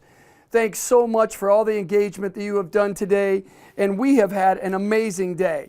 And the class race is coming down to the wire. We have in number one right now the class of 1990 with 24 donors, one donor ahead of the class of 1991. And then right behind that, 2001, 2004, 1997, and then class of 1983. And what don't I see that I need to see? The class of 1982. Come on, gang. We got some work to do. Let's go and let's close strong and get up in the top 10. But thanks to everybody that's engaging today. We have the final interview of the day with Athletic Director Tom Brown, longtime friend and someone that I have great respect for. Brownie, welcome to the live stream. Glad you're here. Thanks, TK. Usually it's you save the best for last. Unfortunately, you did not do that, my friend. This has been a fun day. I don't know if that's true. You got to prove us true, Brownie. I have not gotten much done today. It's been so much fun today watching the Give to Gustavus Day. It's been amazing between you, Tom Young, Angela, President Bergman, all the students, the faculty, the staff, and all of our alumni out there. It's been a tremendous day, and can't thank everyone enough for giving to this great cause, this thing called Gustavus Adolphus College. Thanks for that, Brownie. Hey, I know that it doesn't seem possible, that there are probably some people in our audience that don't know who you are. Can you give us a real quick summary of how you got here and what your background is? Yeah, I'll try to make this short, but it's a fun story for me because the last thing I ever thought in my career I'd be at Gustavus Adolphus College. I got recruited by Denny Rohr. Wonderful man. We all love Denny. Coach, I hope you're watching tonight. Great man. Big reason why I'm still here today. But I ended up going to Augustana, a very similar type institution. And then after a couple of failed NFL tryouts, I was coaching for the Iowa Hawkeyes. Coached for them for 3 years. Finished my master's there, and I was at the NCAA convention. And I got to know this guy named Dave Spiegler, class of 87, a great, great Gusty. He was telling me about this position at Gustavus being open. So I applied for it. Got the job thanks to Steve Byrne, Moose Malmquist, and I thought I'd be here about a year or two, TK, and I'm on my 29th year. I'm so blessed to have found a place that I absolutely love, and I've got the most caring people. Gustavus is an absolutely amazing place, and I'm so blessed I've had my career here at Gustavus. So there's the how Tom Brown got to Gustavus. Well, I'll tell you, it's a lucky break for us, Brownie, because you have done such an amazing job here with the football program and now with the athletic department. These are interesting days, my friend. And, since the pandemic began last March, it's really had a profound impact on the athletic department. Can you talk a little bit about how the coaches and the student athletes are doing? And I know you're all working really hard. These are challenging times, but can you just let us know, give the listening audience a little bit of an idea of what's going on and how everybody's doing? Yeah, a lot of people have talked about that today and how we've been dealing with it. And, between all of our students, our faculty, our staff, everyone's had to deal with a major curveball if we start talking about sports and that. And the one thing that we've always talked about is worry about things you can control. And our Gusties are resilient. We always have been. We always fight through tough things. A lot of us have been through the tornado and seen what we felt was doom and gloom by a lot of people and how we bounced back from that. Same thing with athletics and all of our Gusties is we're fighting through it. There's good days, there's bad days. We're trying to do our best to give our student athletes the experience that they'd love to have. It always comes back to priorities in life. And our number one priority here is academics. It's always been when we talk to recruits coming to Gustavus. And our focus is working to get our students to get that best educational experience. And then number two, our co-curriculars are trying to do the best there. And our student athletes and coaches are doing a great job. We're doing a kind of a hybrid of pods and that to get some sort of practice in. And we're hoping that we can have some sort of competition after the first of the year. We'll see where that goes. But there's still a hope there that things will get better. We know they will. But our student athletes and coaches they're battling. There's good days, bad days, but we're going to get through it, TK. I think the question everybody wants to know now, and I know you don't have an answer to it, but they want to know, are we going to have winter sports? What's the spring going to look like? What is the process, Brownie? How do you think that we'll find out? When will we find out? And how are you preparing whatever that decision is and when it happens? Yeah, TK, thanks for asking that. We're working close with the NCAA, the Minnesota Department of Health, our presidents on the campus, and then just talking to other conferences across the country. We've already seen some conferences make the decision to postpone their winter sports. We're hoping that doesn't happen, but we'll work closely and see what's best for, again, figure out the priorities. It's academics first. We've got to make sure we take care of that and take care of the health and safety of all of our students first. If we're able to pull it off, TK, it'll be probably later in the winter into the spring. We are right now planning on playing some fall sports as well. We might reduce the amount of competitions, but our spring sports just went through hell last year, and they didn't have the opportunity to compete. We're sure hoping we can have them also compete in the end. So just fingers crossed, praying for a vaccination that we can get that'll get us to the point where we can compete full-time again.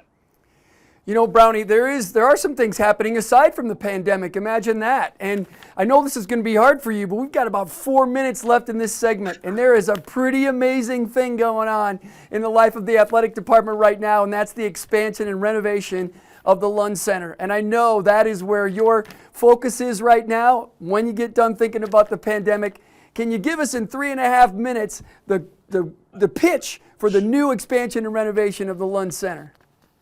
Hey, TK, when we meet with donors, it's usually about 45 minutes together, so we'll try to get 3.5 minutes. So I need the speed version. Speed version. Yeah. And we are going to get this done next year. No, it's been 2 years labor of love. I mean, it's been so exciting to be able to see, number one, the great improvements on our campus, from the construction of Beck Hall to the Anderson remodel to Nobel, and then being in this beautiful facility right now to have the opportunity to now touch Lund Center to a point of that renovation and expansion to where it'll be second to none in the Midwest and pretty much one of the tops of the entire country. But from the start, we've talked about priorities. And number one that we've heard from our alumni, from our graduating class and our current students is wellness. We need improved opportunities when it comes to cardio, weight room, and group exercise room. TK, we're going to go from about 6,000 square feet to over 20,000 square feet of wellness. It's going to be absolutely amazing. Number two priority is space, recreation space. We need more space there. Forum's been great, don't get me wrong, but we've outlived that space. So we're going to not only improve the forum, but also build a beautiful field house, about 55,000 square feet, a combination of field turf and also mondo there. Just give us a lot more square footage for varsity sports, club, recreation, as well as our classes being taught in that areas. And then you start talking about academics, not only in those two spaces, but improved academic wing where our focus is improved classrooms. Taking our human performance, bringing up in that academic wing and more than doubling the size of that. Athletic master's program for athletic training. Didn't say that quite correct, but we're going to have the first master's program by 2024 with masters in athletic training. So we have a space up there just set aside for them. Also improved athletic training space for just our general students on a day-to-day basis. Better office situation there. Locker rooms for our faculty, our general student body, our athletic teams, and then improved visible and also accessible entrances. They're not the best either. But this is an incredible expansion from going from 206,000 square feet that Lund currently is to 360,000 square feet. It's a $60 million project, state-of-the-art. We're working close with BWR and Krauss Anderson, and we need the help of all of you Gusties for us to meet this opportunity to have this facility. And we're hoping to have a shovel in the ground in the next 6 to 18 months if we're able to raise the money as quickly as what we need to. Is that a good enough 3.5 minutes? I know I missed a lot. Brown, you got a minute to spare, man. Nice job. You crossed the finish line. You were the winner today. You did a nice job, Brownie, and thanks so much. It's so good to have you on. Thanks for all you're doing, and thanks to all the coaches and your entire group, not only with working and taking care of the student athletes, but also looking to the future of the college and the design. So really pleased to have you on, Brownie. Thanks so much. Hey, thanks, TK. I really appreciate it. All you Gusties out there, thanks for all your support, all that you do for Gustavus Adolphus College, and especially for our students. Thanks, TK. Thanks, everyone. Great to talk to you, Brownie. Hey, and all of you out there in Gusty land, thanks for watching today. I have had such an amazing time. We've still got some time to go here yet. We've got some great talking, but I'm signing off personally. And I just want to say how proud I am of all of you. I am such a proud Gusty, and I never had an idea when I visited campus in 1977 that this place would absolutely change my life, and it has. And so many people here have invested in me, and I hope you will all consider investing in the future and getting the top young people to this place to make it the greatest private liberal arts college in the country. Thanks, everybody. Let's head to the next video. Go Gusties.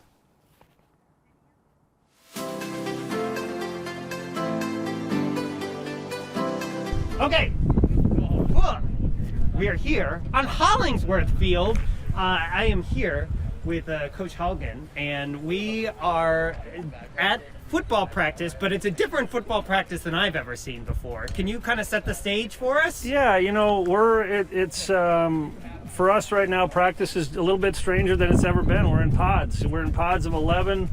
Smaller groups right now at the beginning of practice. We're just discussing goals and tasks for the week, and then we'll be getting into what looks a little bit like a more normal practice. But in these times that we're in right now, we're in a kind of a socially distanced environment, practicing in a different way than we have, than these guys have really ever practiced. But we're getting work done, and so we're thankful for that. That is super cool, and I mean, you can see you all have like really thought through this. I'll be honest, like when I'm thinking about football, of all sports, it seems like one that is particularly challenging to think through how you do it in like a safe way.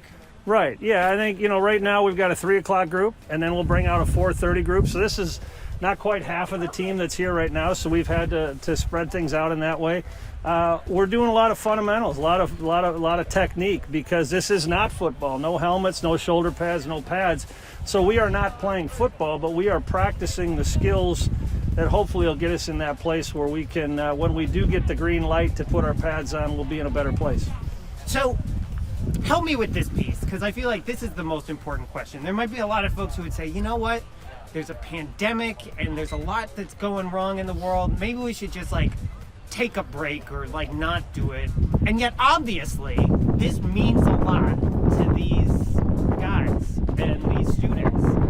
And I'm wondering if you could talk a little bit about why this is so important that this is still happening. Yeah, this is incredibly important. You think about, we've been away from each other for a long period of time. We've been in our homes. We haven't been as social as we normally are. And so being in a social environment that still allows for the safety that COVID has asked us to be in a responsible place, that's all important. But boy, bringing these guys onto campus, having practices, you talk to them, this is probably the best part of their day, because they get to connect, they get to build those relationships, and that's what makes Gustavus so special, is those relationships.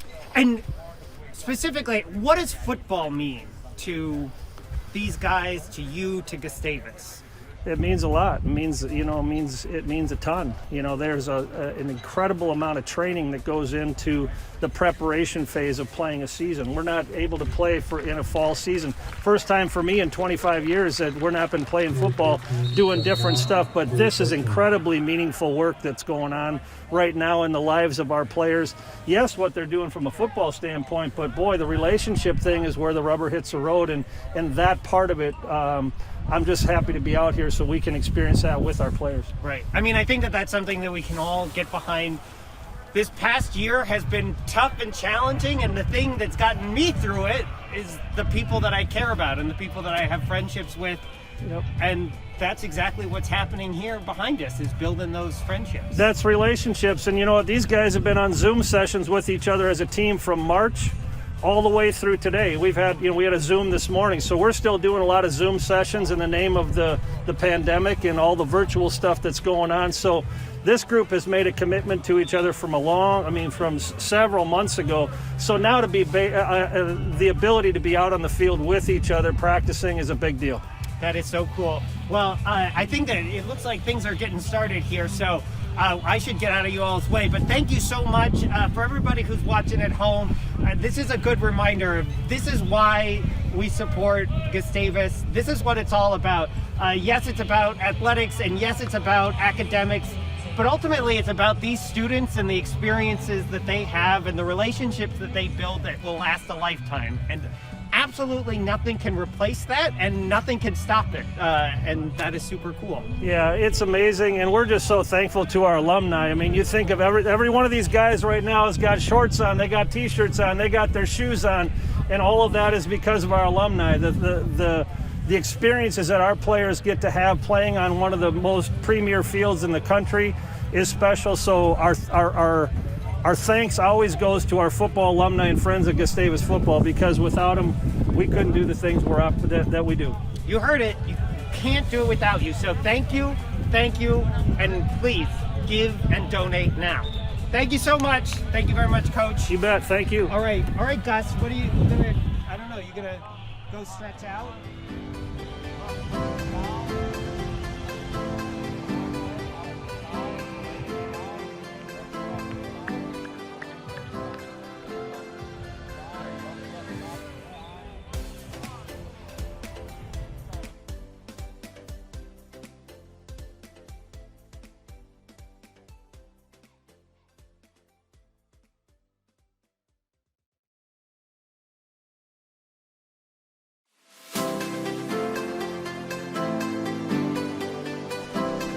I am Tane Danger. I'm here in beautiful Anderson Theater, and I have the privilege of being one of the first keisters in this fabulous new seat. Gus, aren't these comfortable? Oh yeah, this is great. So I've got a special guest with me here, T, who has been in charge of sound and lighting here at Gustavus since I've been here, and probably long before that. Before you came. Before I was here. So these seats this is very nice. Can you tell us a little bit about this wonderful upgrade to Anderson Theater? Well, it was about time. The seats that were in the theater were the original seats.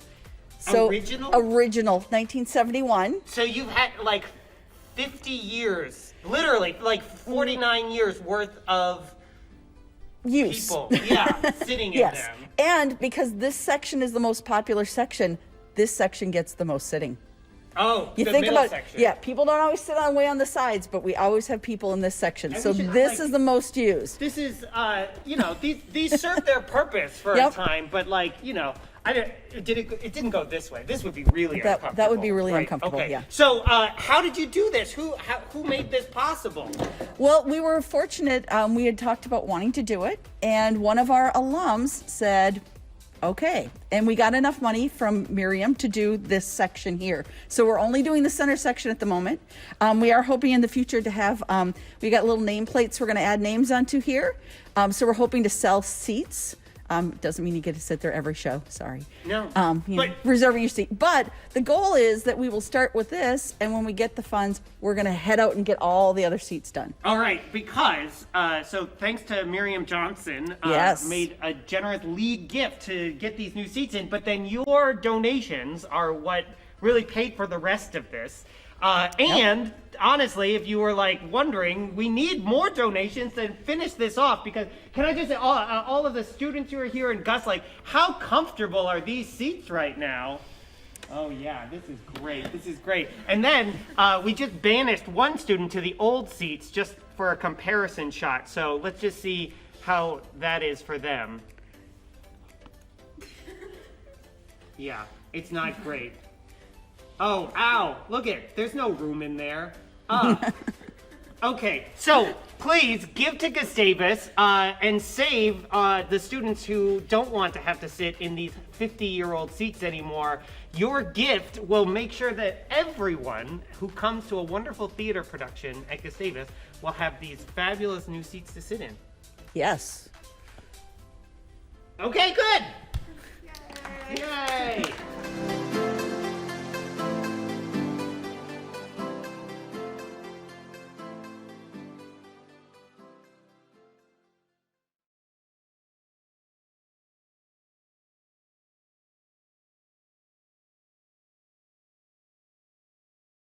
Welcome back, Gusties. Give to Gustavus Day live stream, final stretch. And I am here with a very important woman here on the Hill and well beyond, President Bergman. Hi, President Bergman.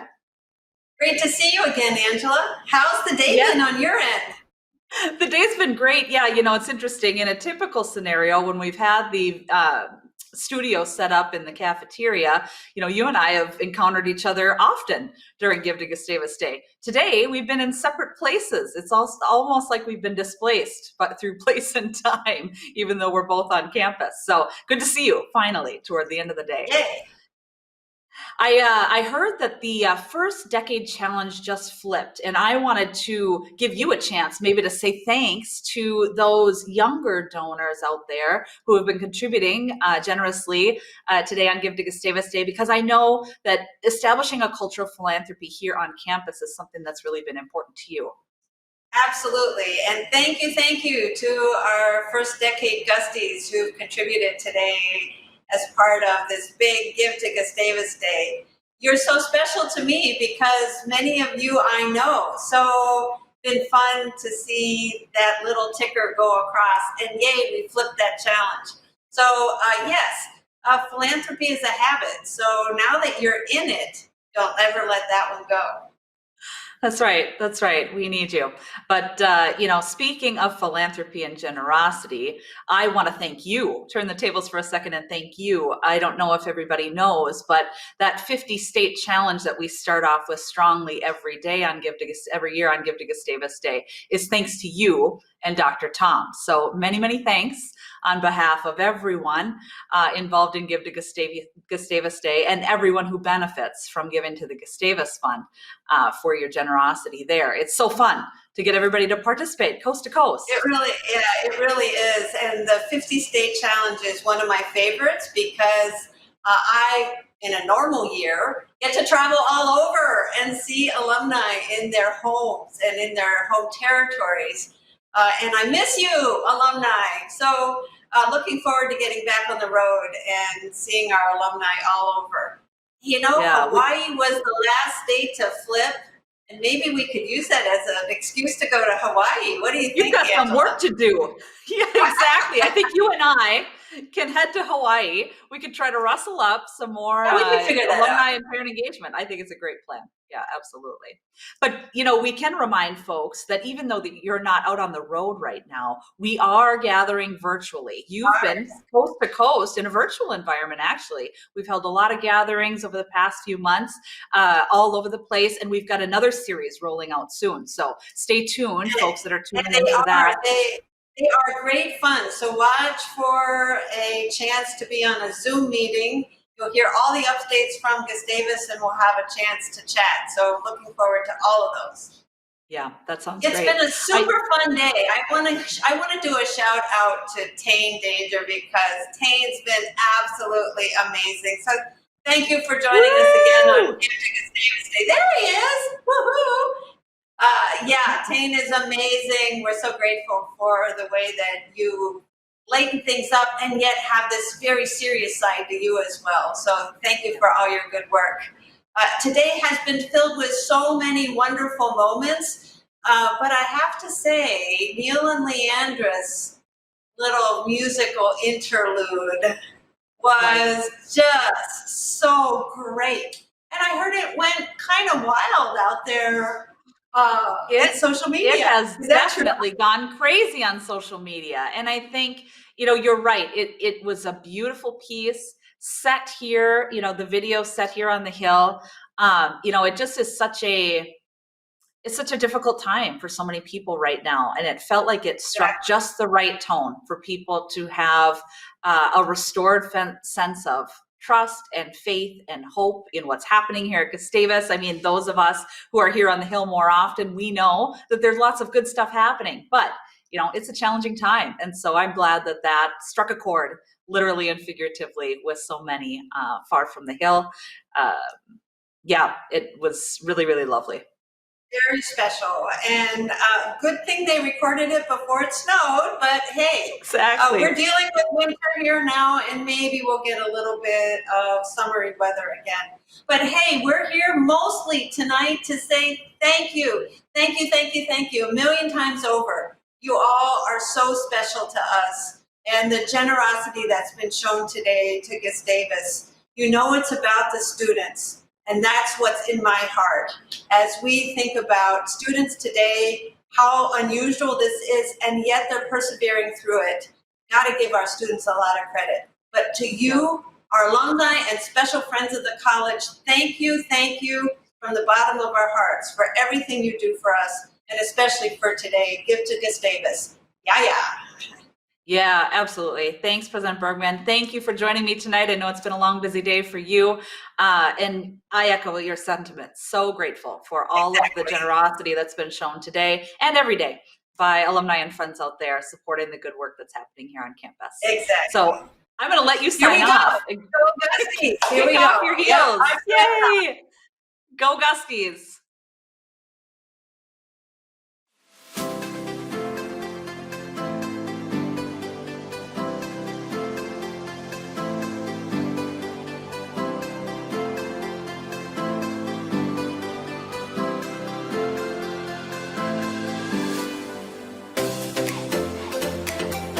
Hi.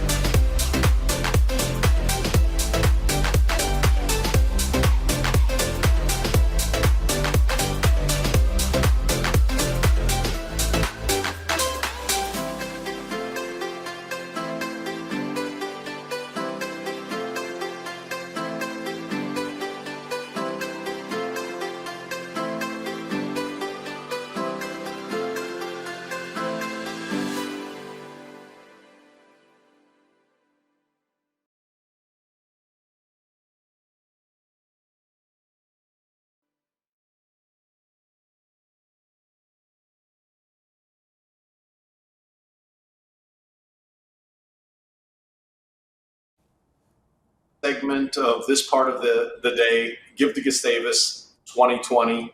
It's been a fantastic day. I'm so pleased to be here with two other of the folks you've seen throughout the day, Angela Erickson and Tane Danger. And boy, have we had a great day today. We've had special guests, we've had special music, as President Bergman mentioned just in the last segment, to have Neil and Leandra and their tune along with Chris Rupp. What a great gift that was. And along the way, we've raised a heck of a lot of money for Gustavus. And that's going to continue. We're going to bring this to a close in a few minutes, but then we're going to take a little break, and then the post party starts. But you can keep making your gifts throughout the evening. Tane, what does the board look like right now? So the board is good. As Angela mentioned during the last segment, we got that challenge for the first decade people, which is very cool that they came through. And, you know, I wasn't sure if it was going to happen, and I don't know what it was. Like, apparently, like, all of the first decade people, like, got done with work at 5 o'clock, and they just all gave at, like, the exact same time, and it just blew through it.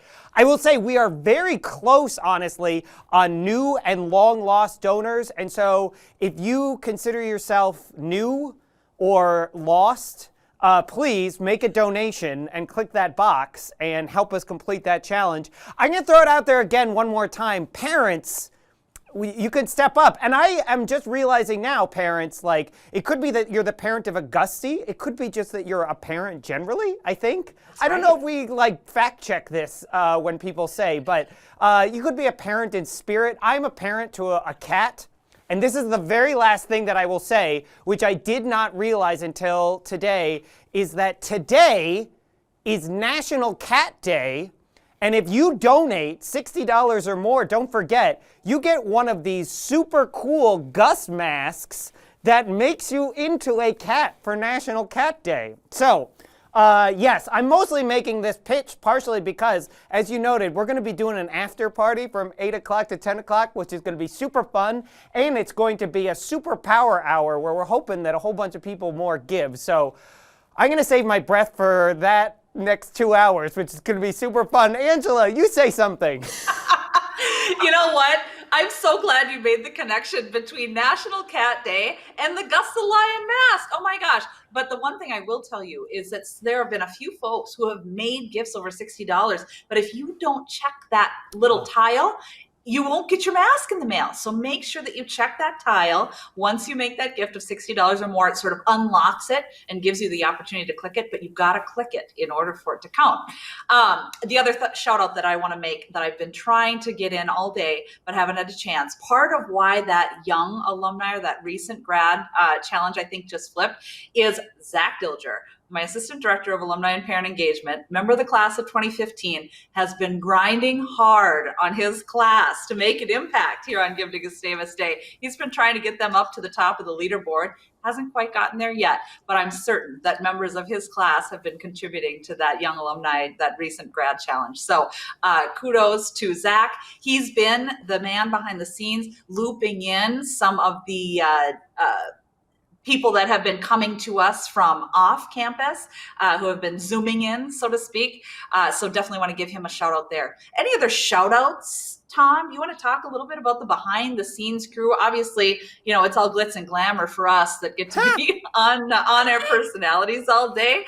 But yeah, Tane, you laughed. I've never thought you of know it's myself true. as glitz and glamour, Angela, but that's okay. Me neither. I want to give a Me shout neither. out to Matt Dobozinski. He is super handy. He built the studio that Tane is standing in with his own two hands. And it's just an incredible feat. And then behind the scenes again, keeping the train on the tracks, Barb Larson-Taylor, thank you, thank you, thank you. There are those who know who you are, too many to name, that make a day like today possible. Tane, great to have you. Angela, Tim Kennedy, thanks for all the work everybody's done. Gotta say thank you so much to Katie Schrader for making so much of this happen behind the scenes. So there's a million folks behind the scenes making a lot of things happen today. And being able to pull, who thought we would actually pull this off? We have 3 different studios and we did a whole day of live broadcasting and nothing fell apart, nothing burned down. We're all still standing. It's great. We're amazing. You all are great. I wonder if everybody realizes that Tane's in Olin, Angela, you're in Beck, and I'm sitting in Nobel Hall of Science, and all brought together through the power of technology, and lots of fun. Yeah, not to mention the folks that we were able to bring in from the East Coast, from the West Coast, from Canada, from Texas. I mean, it has really, I think that's been a highlight for me of the day, is the way technology has sort of forced our hand a little bit, right? COVID has forced our hand, but we've really been able to bring some new folks, innovate a little bit and blow the lid off this whole Give to Gustavus Day live stream thing in particular. But obviously that's also paying off in terms of donations. We're on a great track for success here by the end of the night. We want to review the schedule just for tonight. We're going to take a little break, but then tell who do we open up with. Let's go over the schedule for tonight before we say goodnight.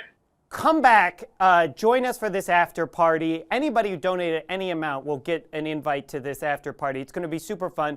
We have Chloe Radcliffe, who is a comedian. She's a Linus alum, but now, as we noted earlier in the program, writes for The Tonight Show and does stand-up comedy all over New York. We have Peter Breitmeyer, who you have seen in programs. He's a hero of mine. He was in programs like Fargo and Fantastic Beasts and Where to Find Them and a whole bunch of other movies and films, and he's going to join us.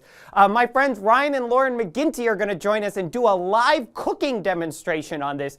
We have a very special guest, which I don't know if I should tease. I'm going to tease it. King Gustavus is going to be here. You thought he's been dead for centuries. Just tune in a couple of hours. He will be here to answer my question. So I have to say, one of the things, we thanked all these wonderful people who made this happen, and now they're in my ear telling me, this is over, cut it, stop it. But I am not gonna stop it because I can't say goodbye without saying thank you so much to all of you who have made a donation and have given. I noted this in one of the videos earlier today, but I got to come back to campus a couple of weeks ago and then today and visit with a lot of students. And I really didn't know what it was going to be like because it's a weird year. And every single student that I met talked about how important and meaningful it was for them to get to be back here and to be able to do it safely and to be able to connect with other students and faculty in a way that is part of their lives, part of what's going to shape them into the people they'll be. And that's what you're supporting. And that's what you've supported all day with this amazing giving that you've already done. And any donations that you give now will help make that possible for dozens and hundreds and generations more students. So thank you. Yeah. Thank you, thank you, thank you for everything. Yes, thank you, thank you, thank you. It has been amazing to see the generosity, to see a little bit of competitiveness. That's always a lot of fun for me as a competitor, but just so grateful. So many messages throughout the day today have talked about the life-changing nature of Gustavus, and that is true for so many people. And it's days like today that allow that legacy to continue. Tom, final word to you. It's been the same story from the beginning of the college in 1862 to today. We do this work in partnership with you. We look forward to partnering with you.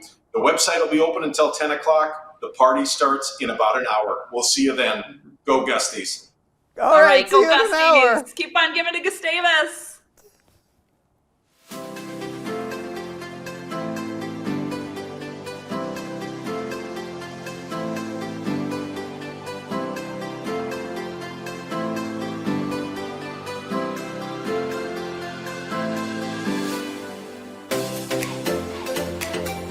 Hi,